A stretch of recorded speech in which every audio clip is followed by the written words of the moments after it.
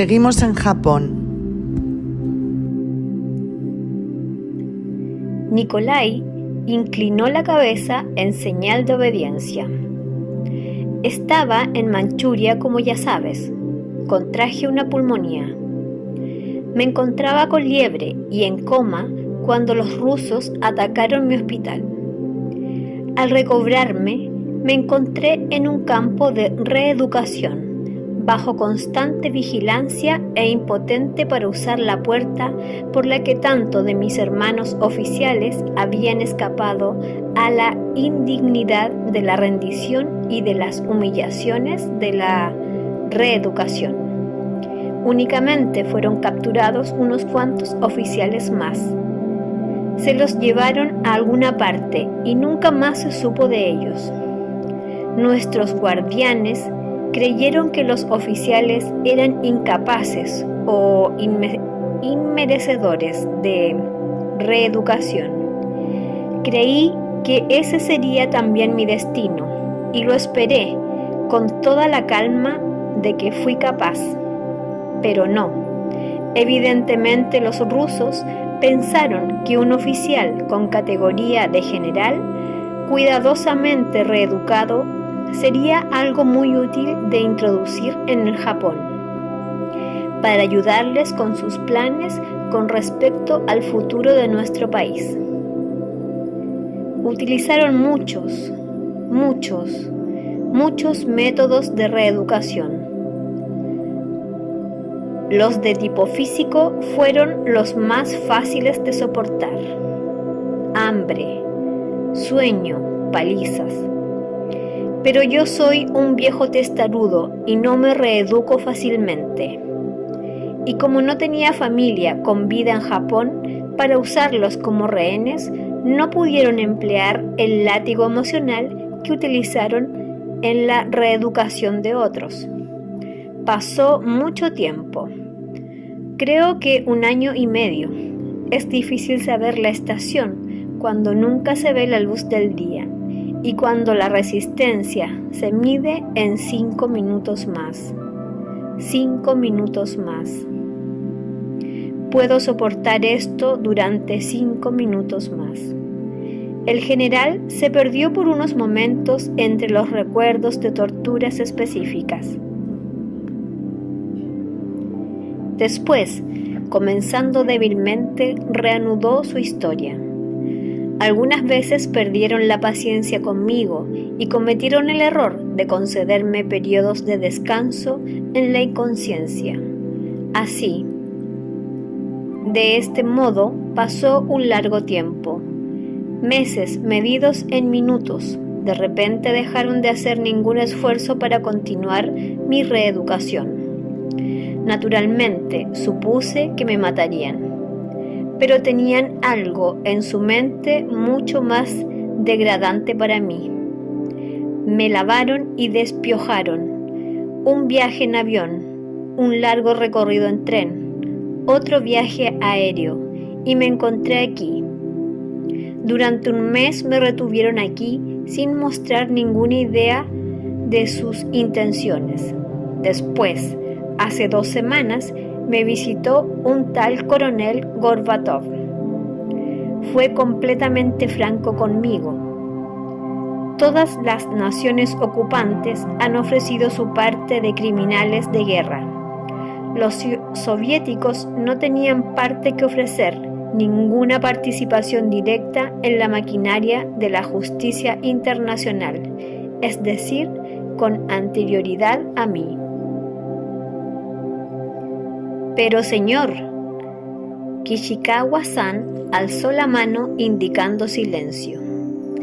Decidí que no afrontaría esa humillación final, pero no tenía ningún medio para liberarme. No tenía cinturón. Mis ropas, como puedes ver, son de lona gruesa, que no tengo fuerza suficiente para rasgar, como con una cuchara y un cuenco de madera. Solo me permiten afeitarme con una maquinilla eléctrica y bajo estrecha vigilancia. El general sonrió con tristeza. Al parecer, los soviéticos me valoran. Se preocupan por no perderme. Hace días dejé de comer. Resultó mucho más fácil de lo que puedas imaginar.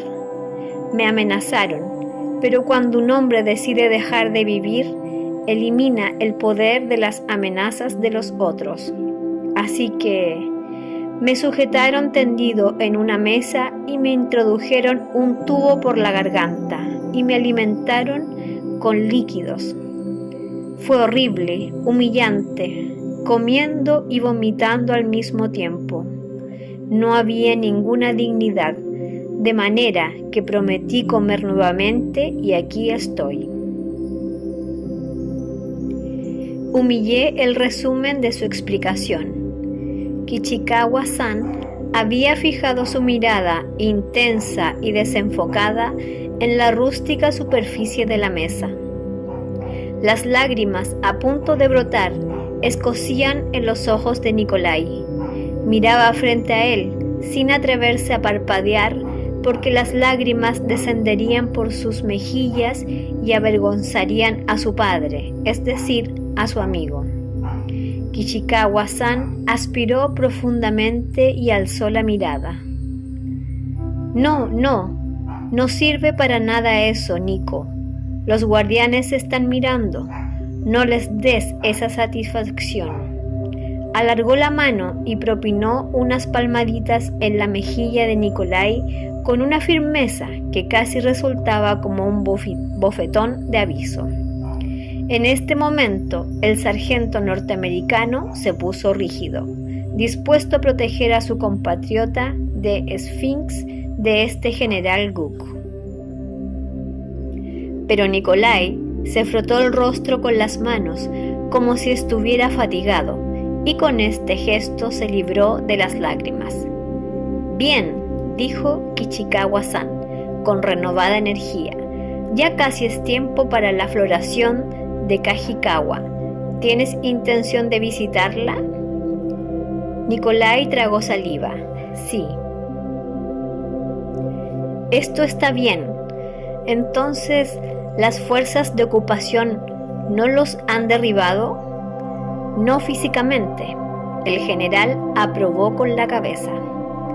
«¿Tienes amigos en tu vida, Nico?» Yo tengo algunas personas que viven conmigo. Según recuerdo por una carta de nuestro amigo Otake, me escribió poco antes de su muerte. Había una muchacha en su casa, una estudiante. Lo siento, pero no recuerdo su nombre. Evidentemente, tú no eras indiferente a sus encantos. ¿La ves todavía?» Nikolai reflexionó un momento antes de responder. «No, señor, no nos vemos.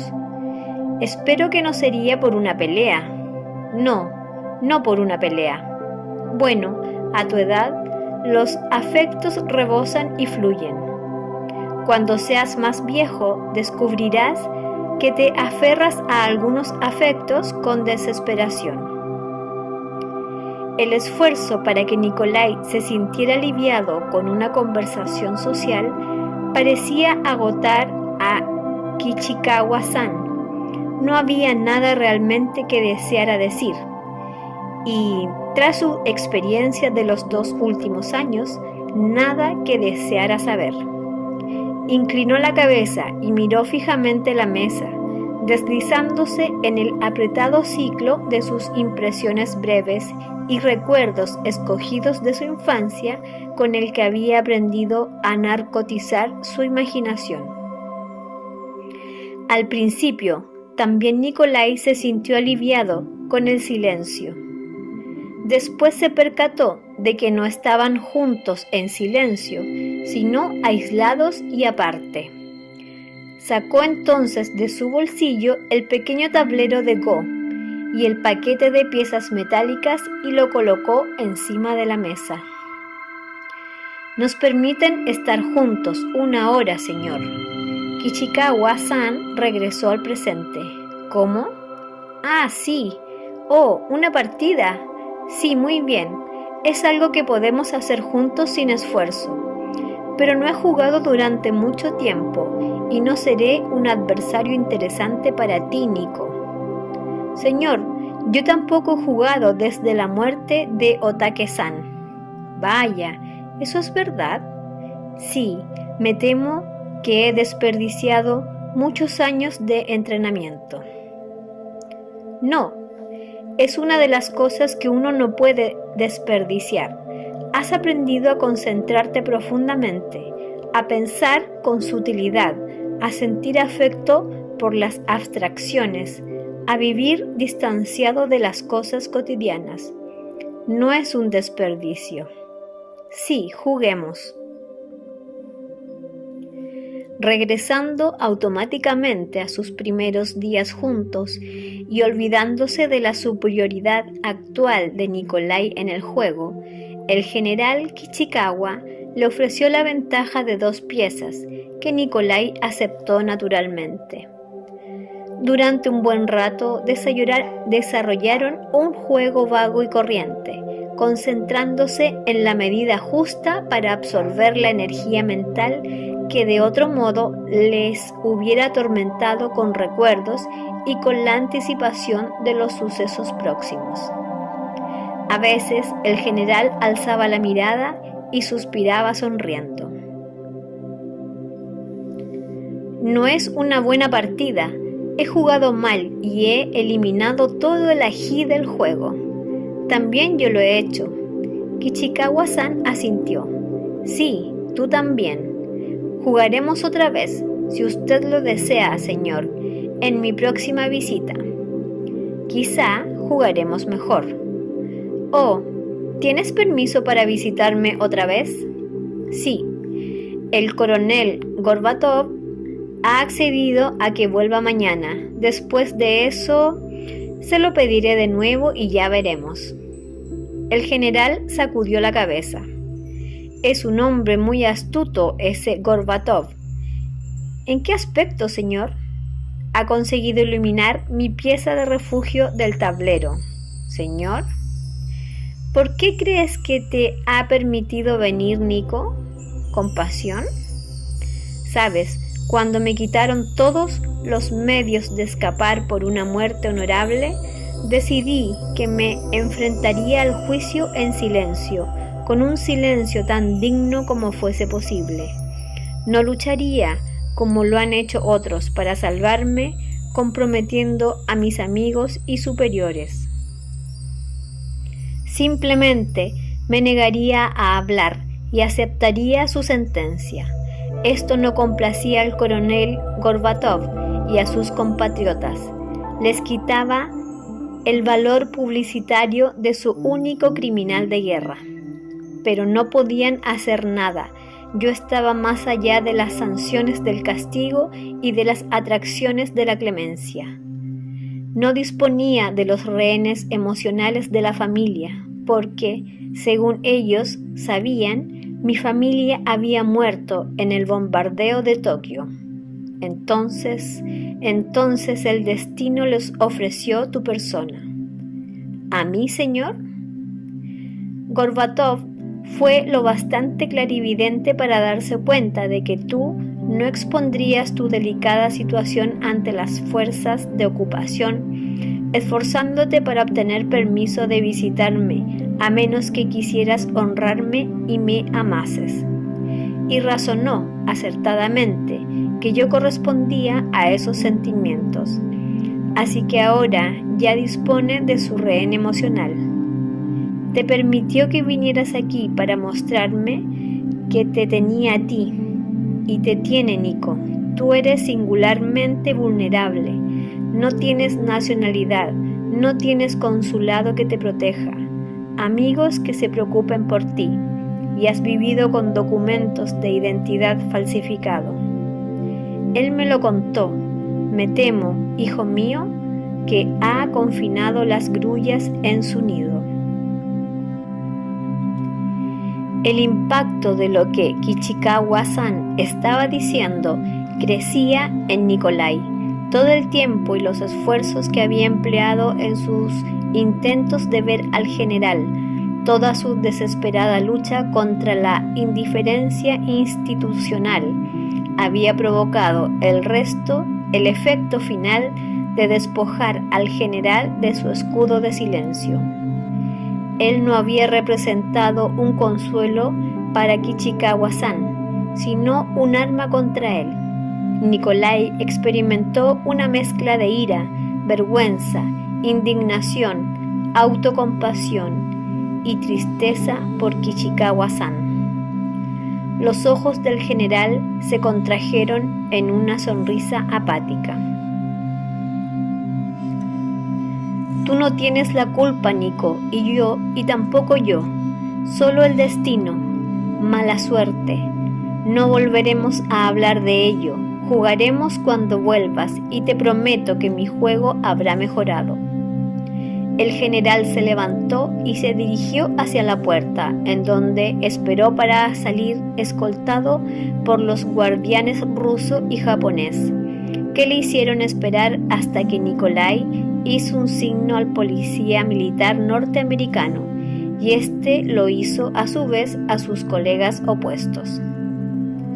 Nikolai permaneció sentado durante un rato, aturdido, golpeando las piezas de metal del tablero magnético con la uña de su dedo índice. El sargento norteamericano se aproximó y le preguntó en voz baja, intrigante, ¿qué?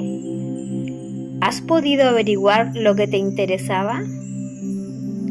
No, respondió Nikolai distraído, y añadió con más firmeza, no, pero hablaremos otra vez.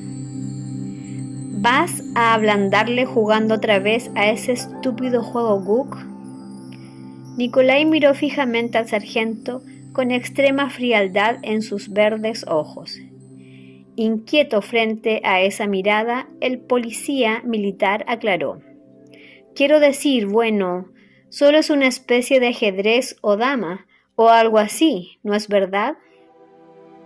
Intentando aleccionar a este plebeyo por su desprecio hacia las cosas orientales, Nikolai respondió: la relación entre el Gu y el ajedrez occidental es igual a la relación que puede haber entre la filosofía y la tenuduría de libros. Pero la estupidez entraña su propia protección, tanto contra las lecciones como los castigos. La respuesta del sargento fue ingenua y honesta. No jodas.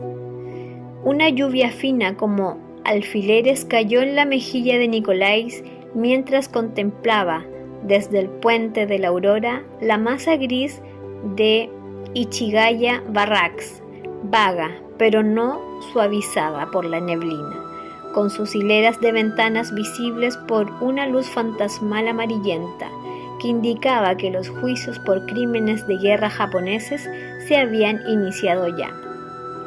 Se apoyó contra el parapeto con la mirada distraída y la lluvia cayéndole desde el cabello, deslizándose por su rostro y la nuca. Su primera intención al salir de la prisión de Sugamo fue solicitar ayuda del capitán Tomás contra los rusos, contra aquel chantaje emocional del coronel Gorbatov. Pero ya en el mismo momento de nacer ese pensamiento, se dio cuenta de la inutilidad de apelar a los norteamericanos, cuyas actitudes y objetivos básicos con respecto al destino de los líderes japoneses eran idénticos a los de los soviéticos. Al bajar del tranvía y caminar sin rumbo bajo la lluvia, se detuvo en el puente para descansar unos momentos y concentrar sus pensamientos. Eso ocurrió hacía ya media hora y aún se sentía incapaz de actuar, presa de una furia ardiente y una impotencia descorazonadora. Aunque su furia tenía como origen el aprecio que sentía por su amigo y la obligación filial, había también algo de autocompasión. Resultaba angustioso que fuese precisamente él el medio por el cual Gorbatov negara a Kichikawa-san la dignidad de su silencio. La irónica injusticia de esta circunstancia resultaba abrumadora. Nikolai era joven todavía y suponía que la justicia era el impulso básico del destino, que el karma era un sistema y no un mecanismo. Mientras permanecía en el puente bajo la lluvia, con los pensamientos sumidos en una autocompasión agridulce, era natural que le asaltara la idea del suicidio. Era consolador pensar que podía negar a Gorbatov su arma principal, hasta que se percató de que el gesto sería vano. Seguramente el general no sería informado de su muerte. Se le diría que Nikolai estaba arrestado como rehén a cambio de su colaboración, y probablemente después que Kichikawa-san se hubiese humillado, confesado y comprometiendo a sus compañeros, recibiría el castigo definitivo. Le dirían que Nikolai había muerto hace algún tiempo y que se había humillado y comprometido a amigos inocentes en vano. Soplaba el viento y la lluvia fina le golpeaba las mejillas. Nikolai vaciló, agarrándose al borde del parapeto al sentir que unas oleadas de impotencia le hacían perder el sentido. Después, con un escalofrío involuntario, recordó el terrible pensamiento que le había asaltado durante su conversación con el general. Kichikawa había hablado de su intento de morir de hambre y de la indigna humillación de ser alimentado a la fuerza por un tubo introducido entre náuseas en su garganta. En ese momento, a la mente de Nikolai acudió el pensamiento de que si él hubiese estado con el general durante esa humillación, hubiera intervenido para permitirle escapar mediante la muerte. La tarjeta de identidad en el bolsillo de Nikolai hubiera bastado como arma, utilizada al estilo de Naked Kill. Todo hubiera terminado en un instante. En el curso del relato, Nikolai Gell utilizará en su beneficio las tácticas del Naked Kill, pero estas no se describirán en detalle. En una obra anterior, el autor describió un peligroso ascenso a una montaña. Cuando esta novela se convirtió en una insulsa película, un joven y buen alpinista perdió la vida. En otro libro posterior, el autor detallaba un método para robar cuadros de cualquier museo bien protegido. Poco después de haber aparecido la versión italiana de ese libro, en Milán fueron robadas 3 pinturas exactamente siguiendo el método descrito y 2 de ellas quedaron irreparablemente mutiladas. La más elemental responsabilidad social exige, por tanto, que el autor evite descripciones exactas de las tácticas y los acontecimientos, porque aunque pudieran interesar a un buen número de lectores, podrían también contribuir a causar perjuicios a y por los no iniciados. Igualmente, el autor mantendrá semiocultas ciertas técnicas sexuales avanzadas, puesto que podrían resultar peligrosas y ciertamente serían dolorosas para el neófito. La imagen de liberar a Kichikawa-san de la trampa de la vida apenas habíase formulado en la mente de Nikolai, cuando la rechazó como demasiado horrible ni para ser tan solo considerada. Pero ahora, bajo la lluvia, contemplando aquella máquina de venganza racial, los juicios por crímenes de guerra, la idea se insinuó de nuevo y esta vez permaneció. Era especialmente lamentable que el destino exigiera que matase a la única persona a quien amaba, pero una muerte honorable era el único don que podía ofrecerle, y Nikolai recordó el viejo proverbio: Julón ha de hacer las cosas desagradables, el que pueda. Naturalmente, ese acto sería el último acto de Nikolai. Atraería hacia sí toda la furia y frustración de los guardianes de Kichikawa-san, los cuales le castigarían. Evidentemente, para Nikolai era más fácil el suicidio que la liberación del general con sus propias manos, pero no tendría utilidad y sería un acto de egoísmo. Aquella noche, Nikolai no pudo dormir, aunque tampoco pudo evitar la compañía de las hermanas Tanaka, vigorosas y vivificantes, cuya energía campesina parecía formar parte de un mundo extraño de luz y esperanza, y por esa razón resultaba, al mismo tiempo, vulgar e irritante. Solo en la oscuridad de un cuarto que daba al pequeño jardín, y corrido los paneles para poder escuchar el ruido de la lluvia, las gotas cayendo sobre las plantas de hojas anchas y siseando suavemente sobre la arena gruesa, protegiéndose del frío con un kimono acolchado. Nikolai se arrodilló junto a un brasero de carbón consumido hacía largo rato y poco tibio al contacto. Por 2 veces trató de retirarse en un transporte místico, pero en su mente había demasiado miedo y odio para que pudiera cruzar el sendero inferior. Aunque en aquel momento Nikolai lo ignoraba, no podría encontrar de nuevo su paso al pequeño prado de la montaña en donde se enriquecía unificándose con la hierba y la colorada luz del sol. Los acontecimientos le dejarían impregnado de una barrera impenetrable de odio que bloquearía su paso al éxtasis. Por la mañana temprano, Mr. Wanatab encontró a Nikolai arrodillado todavía en el cuarto del jardín, ignorante de que la lluvia había cesado, dando paso a un frío intenso. Mr. Wanatabe cerró ruidosamente los paneles y encendió el brasero, murmurando entre tanto sobre los jóvenes negligentes que finalmente pagarían su torpeza al precio de una salud precaria.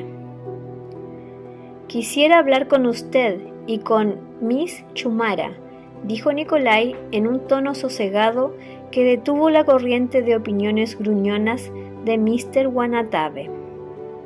1 hora más tarde, después de tomar un ligero desayuno, los 3 se arrodillaron alrededor de una mesita baja sobre la cual aparecía el título de propiedad de la casa y un documento redactado bastante informalmente que Nikolai había escrito repartiendo sus posesiones y mobiliarios en partes iguales entre los 2 viejos.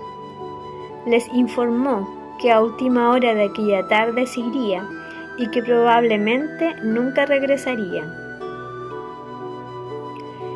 Se presentarían dificultades, vendrían extranjeros que harían preguntas y les complicarían la vida durante algunos días. Después de eso, no era probable que los forasteros se preocuparan más de los habitantes de la casa. Nikolai no tenía mucho dinero, pues solía gastar la mayor parte de su salario a medida que lo recibía. Lo poco que tenía estaba envuelto en una tela y encima de la mesa. Si Mr. Wanatabe y Mr. Chimura no pudieran ganar lo suficiente para mantener la casa, Nikolai les daba permiso para venderla utilizando el importe como les pareciera bien.